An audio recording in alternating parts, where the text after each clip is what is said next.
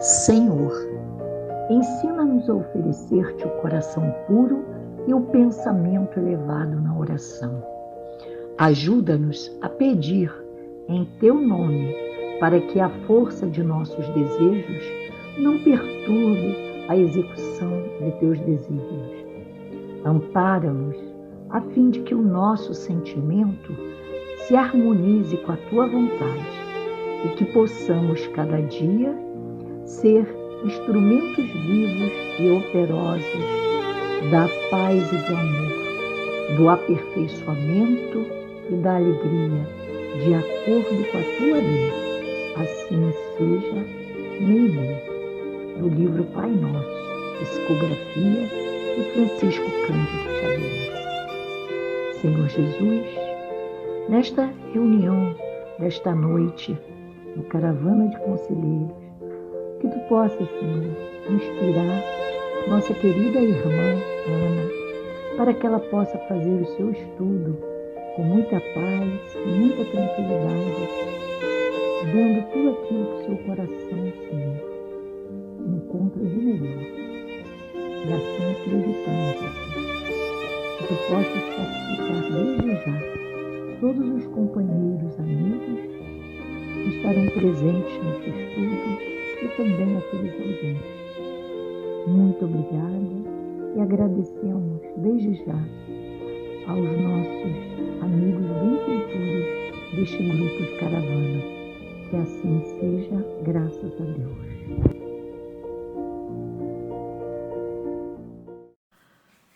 Boa noite, Caravana do Amor. Boa noite, amigos. Estamos aqui mais uma vez reunidos para juntos aprendermos.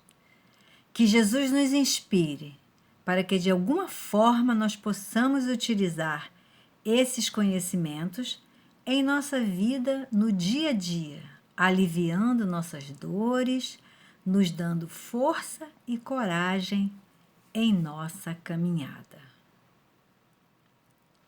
Nosso estudo de hoje é sobre semelhanças físicas e morais. As perguntas do Livro dos Espíritos, 211 a 215. Pergunta 211. Donde deriva a semelhança de caráter que muitas vezes existe entre dois irmãos mormente gêmeos? Resposta: são espíritos simpáticos que se aproximam por analogia de sentimentos e se sentem felizes por estar juntos.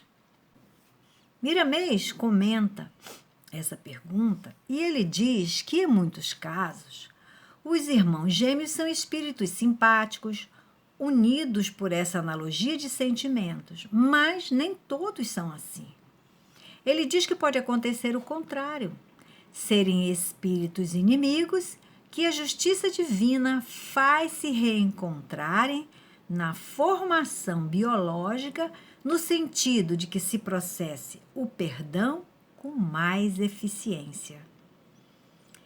Eles têm, por vezes, semelhanças de caráter, mas isso não deve ser generalizado, porque em outros casos são completamente diferentes em matéria de conduta e mesmo em semelhança física. São espíritos e cada um é um mundo à parte, com seus pendores e atividades em busca da luz. Procuramos alertar os pais e os parentes também para estudarem esse fenômeno, ampliando seus conhecimentos de psicologia, para entenderem os seus deveres ante esses companheiros que nascem juntos sob o tacão do mesmo signo. Porque são geralmente almas que precisam de ajuda dos pais, dos parentes e mesmo amigos, no afã de se libertarem das suas velhas dívidas que se escondem no clima do orgulho e do egoísmo. E sendo o lar uma escola, os pais são os professores, devem compreender a situação e as necessidades desses alunos repetentes em busca de notas de luz para a paz de consciência. Um espírito, quando reencarna, traz consigo semelhanças morais próprias. O que isso quer dizer? Uma criança não adquire a moral dos pais. O espírito nasce com suas próprias características, cada um tem sua personalidade, cada um tem sua moral. Quando o espírito reencarna, ele traz consigo semelhanças físicas adquiridas dos pais, o que não é verdade para a semelhança moral, porque os espíritos são diferentes, são únicos. A família pode ser brindada com uma criança excepcionalmente inteligente, com um nível de moral elevado, e ter seus pais com uma moral menos elevada. Tal já não acontece com a semelhança física, porque é um fato dentro da lei biológica. Os pais podem fazer muito por seus filhos no que tange a vida moral dos tais, né? Dependendo da vida que levam no dia a dia. O esforço dos genitores em viverem melhor, né? E não cansam de nos repetir que o culto do Evangelho do Lar é uma bênção de Deus em favor de todos os familiares. Ele predispõe os espíritos que ali residem para a libertação dos instintos inferiores, capacitando a alma à integração dos conceitos de Jesus. Ora, é muito comum a gente ver lá em que um filho não se sente atraído pelo fumo, pela bebida, mas os seus pais e os demais componentes da família fazem isso. E isso acontece, em primeiro lugar, porque esse espírito já está num plano vibratório diferente, com uma moral mais elevada. Há também situações contrárias em que um filho ruim reencarna em um lugar onde reina a harmonia, como uma prova solicitada por ele para, junto dos pais virtuosos, evoluírem dentro dos ensinamentos dos mesmos. Olha a bênção de Deus e a justiça agindo sempre. A pergunta 212. Há dois espíritos, ou por outra, duas almas nas crianças, cujos corpos nascem ligados, tendo comum alguns órgãos? Sim, mas a semelhança entre elas é tal que faz-vos pareçam, em muitos casos, uma só. Eis a resposta. Raros são os casos em que dois espíritos tomam corpos com órgãos comuns. Eles nascem ligados pela força da justiça divina, que tudo faz para a paz das criaturas e usa de todos os meios para a devida reconciliação. Um dos meios é esse, em referência dos espíritos que nascerem em corpos ligados, que os obrigam a respirarem juntos, a comerem juntos, descansarem juntos, terem por vezes as mesmas ideias. O corpo, nesse caso, é mais do que uma prisão. Ele inspira ideias de renovação e ainda a assistência dos pais ajuda esses espíritos, pelo carinho que não falta, a sentirem a bondade de Deus mesmo no arroxo das provas.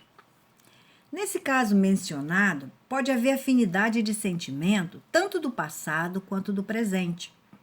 Porém, nem sempre é assim. Podem ser espíritos inimigos a quem os braços da carne faz esquecer as faltas, sendo que o perdão é como a chave que abre as portas da prisão biológica. Vejamos aqui o que diz Jesus. Deixa perante o altar a tua oferta. Vai primeiro reconciliar-te com o teu irmão e então, voltando, faz a tua oferta. Está lá em Mateus 5, 24. Os espíritos no mundo espiritual, se arrependidos do mal que fizeram, oferecem tudo a Deus para se livrarem das agressões resultantes desse mal a outrem. Deixar a oferta no altar do coração e ir primeiro reconciliar-se com o irmão em caminho do despertamento, nesse caso que é trilhar, né, esse caminho na carne, na família, na humanidade, e depois voltar e fazer a oferta com a consciência pura, sem que ela possa acusar o espírito, sem que possamos nos acusar, né, das nossas falhas a nós mesmos. É preciso haver essa reconciliação, é preciso haver esse entendimento do perdão do outro, do perdão, de nós mesmos nos perdoarmos.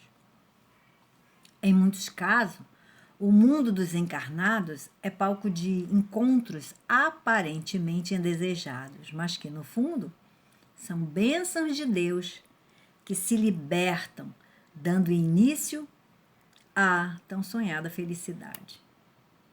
Isso tudo é força da justiça divina operando em favor dos que sofrem, dos que choram, a vítima das suas próprias reações, das ações praticadas.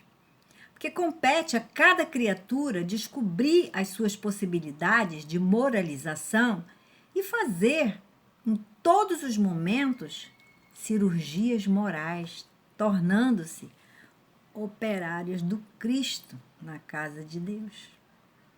Se a solução dos problemas se encontram dentro de nós mesmos, necessário se faz que não desertemos desses processos, porque é dentro das lutas que alcançamos a paz. Se não deseja viver com o inimigo frente a frente, em corpos ligados, reconcilie-se com ele enquanto se encontra no mesmo roteiro. Jesus recomendou que orássemos para os nossos adversários e caluniadores.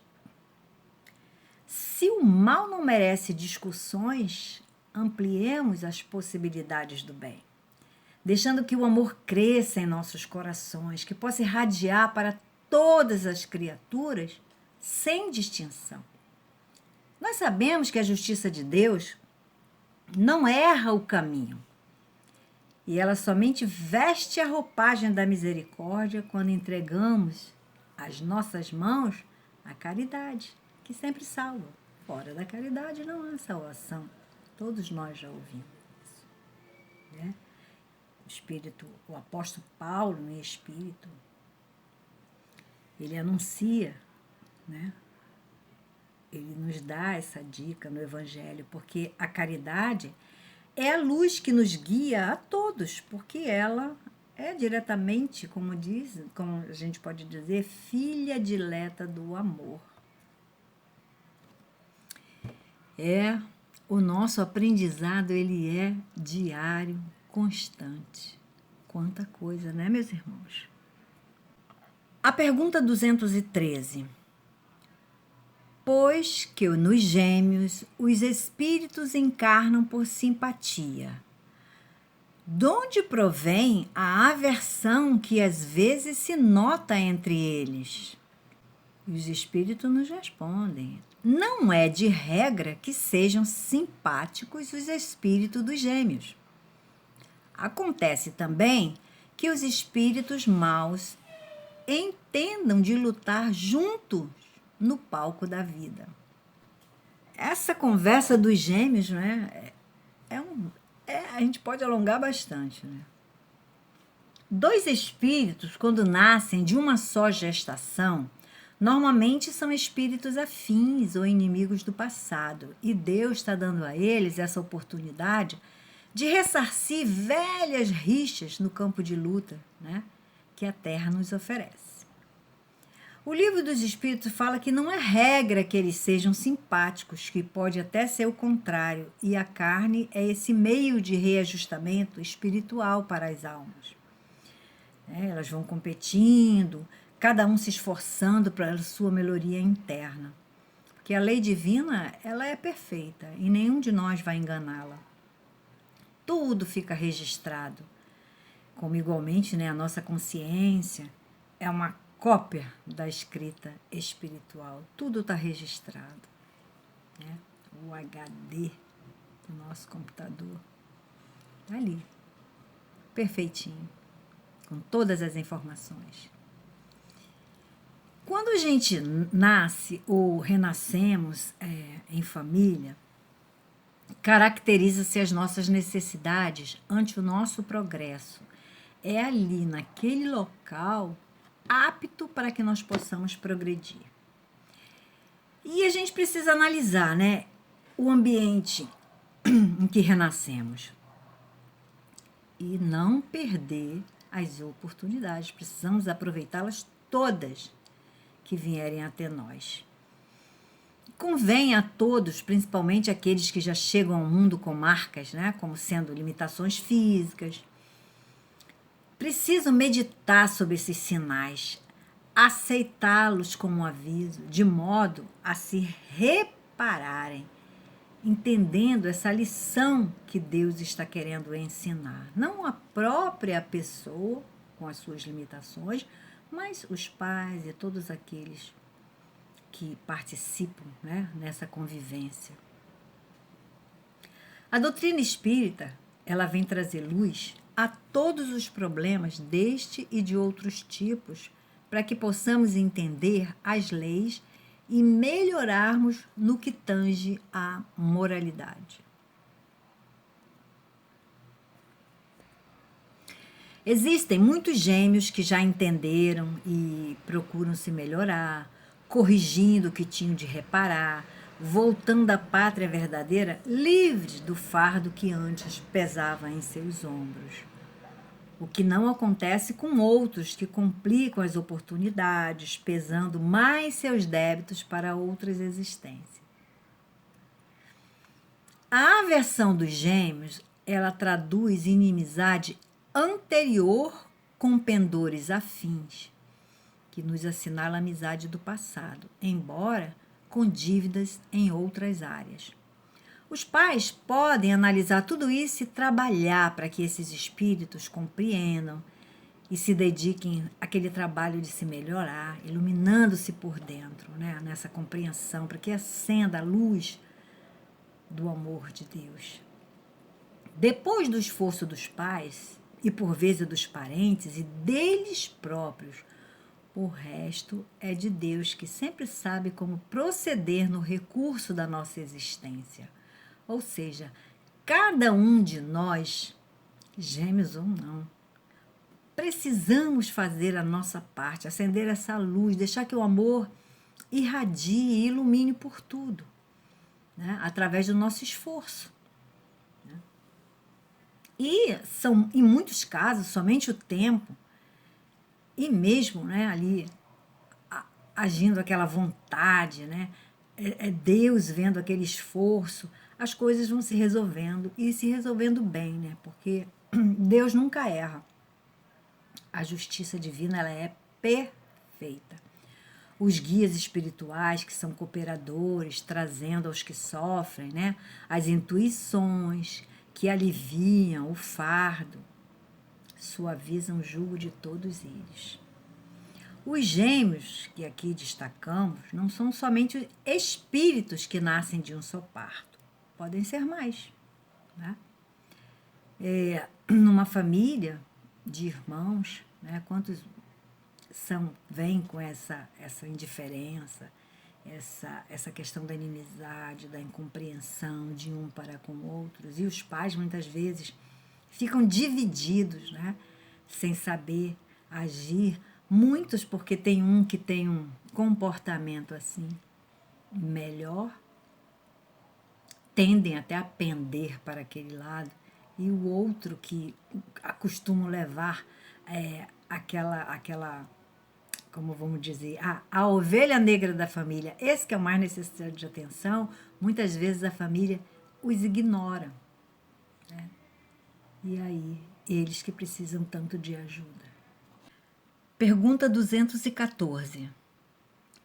Que se deve pensar dessas histórias de crianças que lutam no seio materno?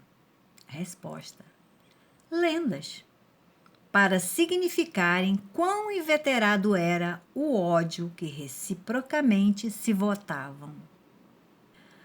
As lutas no seio materno, bem como outras do mesmo gênero, né, são histórias que nasceram entre povos supersticiosos.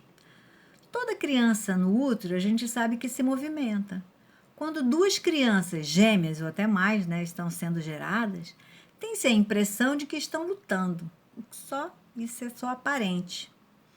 As lutas, no caso, são somente nas consciências culpadas, que provocam distúrbio pelo magnetismo inferior acumulado na área de vida das criaturas que não souberam usar as oportunidades valiosas da reencarnação. Jesus nos ensina que a luta que devemos travar é com as nossas inferioridades, para expulsá-las do nosso convívio. E isso somente se processa se conhecermos a verdade que nos tornará livres. Conhecereis a verdade e ela vos libertará. E enquanto nos dispusermos a vencer os outros, seremos escravos das ilusões. Assim, se tornaram em todos os aspectos passageiras, para nos mostrar que a eternidade acolhe as leis onde se afiguram com esplendor a caridade e o amor. Fora da caridade não tem salvação. O amor cobre a multidão de pecados. A pergunta 215. Que é o que dá origem ao caráter distintivo que se nota em cada povo? Resposta. Os espíritos se grupam em famílias, formando-as pela analogia de seus pendores mais ou menos puros, conforme a elevação que tenham alcançado. Pois bem, um povo é uma grande família formada pela reunião de espíritos simpáticos. Na tendência que apresentam os membros dessas famílias para se unirem é que está a origem da semelhança que, existindo entre os indivíduos, constitui o caráter distintivo de cada povo. Cada povo se encontra reunido por essa analogia de sentimento. Os semelhantes se atraem por lei universal da própria justiça. Entretanto, o amor ele tem o poder de não generalizar essa lei, porque Deus é amor e bondade. Sempre no seio de cada nação reencarnam espíritos elevados, condutores de massas humanas, trazendo a divina missão de paz e de entendimento. Quase todos os que se agrupam ali, eles se encontram unidos uns aos outros pelos mesmos sentimentos, juntos nos mesmos ideais, e isso é mais fácil de se educarem. E quem observa o caráter distintivo de cada país vai entender por que eles aceitam certas leis de bom grado voltadas aos mesmos sentimentos daquelas criaturas que ali aportaram, né? Pelas afinidades dos seus ideais. E se na formação de um país os que serviram de base para a nação forem belicosos, serão atraídos para serem seus filhos, espíritos que sentem prazer em guerras. Mas a bondade de Deus e de Jesus é tão grande que eles enviam ao seio desses povos espíritos de alta envergadura em vários pontos de entendimento para semear a paz e fazer compreender que somente o amor salva as criaturas. Essa resposta do Livro dos Espíritos, a pergunta 215, é uma verdade que se pode observar pelos processos racionais. Cada povo atrai para a sua comunidade espíritos da mesma índole. Essa é a lei de justiça, mas igualmente a lei de amor que rege todo o universo. É o que chamamos de harmonia. Assim como cada família atrai para serem seus filhos almas das mesmas ideias, o mesmo ocorre com as nações, com pequenas percentagens que se referem às grandes almas que vêm ao mundo, onde quer que seja, para servirem de instrumento do amor e da verdade. Analisando e observando o comportamento dos espíritos que, em sua maioria, reencarnam em países que se destacam pelas suas ações de guerras, na indústria, nas artes, na religião, facilmente concluímos que são almas afins, de caráter distinto, com ideais idênticos. Compete aos dirigentes das nações, cujos povos apresentem vocações belicosas, de fanatismo religioso, político extremado, ou tendência de se impor sobre os outros povos, diligenciar no aprimoramento dos seus filhos. A educação e o saber dependem do alimento espiritual do amor. Como podemos ver, Deus não nega auxílio a nenhum dos seus filhos. Mas vejam só como é o teatro da vida. Ora, falamos dos pais que ensinam aos filhos, ora, dos filhos que trazem a moral para o lar. Tudo não nos parece uma grande troca de conhecimento e aprendizado? Parece não, é assim mesmo. É assim que segue até que estejamos prontos a alcançarmos a perfeição na escala evolutiva. Os pais influenciam e muito na moral dos filhos após o nascimento. São responsáveis pelo desenvolvimento da educação desse espírito. E se ele não o fizer, será considerado culpado na sua missão de pais. Todos têm obrigações. Claro que tem que haver discernimento. Não vamos julgar que a criança precise apenas da presença física do pai. Ela precisa mais do que isso. Ela precisa de respeito. E esse respeito advém da convivência como um todo no lar. A conclusão que nós chegamos. O mundo é um palco de trocas que devemos fazer sem exigências, como dever e com amor. Aquele amor que irradia vida e pureza no coração.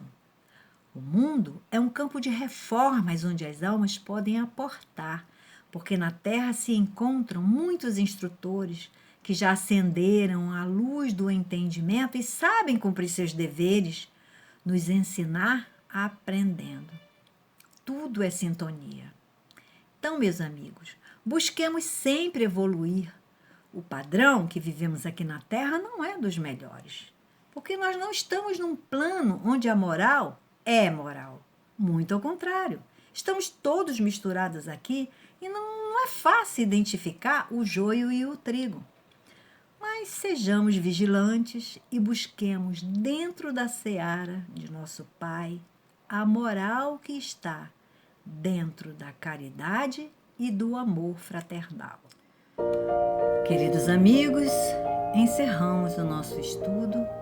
Convido a todos para cerrarmos os nossos olhos e fazermos a nossa oração. Vamos pensar em toda a humanidade. Vamos desejar que, através dos ensinamentos de Jesus, essa humanidade possa se transformar. Que os grandes vilões e as chagas da humanidade, o orgulho, o egoísmo, possam desaparecer de todas as nações, porque eles devoram os povos, insuflam guerras, ódios, vinganças e separações. É tempo de modificar o pensamento. É tempo de nos transformar num esforço diário para a evolução, não só nossa, mas do nosso mundo. Que Deus, na sua infinita misericórdia, nos dê força e coragem para fazermos a parte que nos cabe. E que Jesus nos guie sempre, graças a Deus.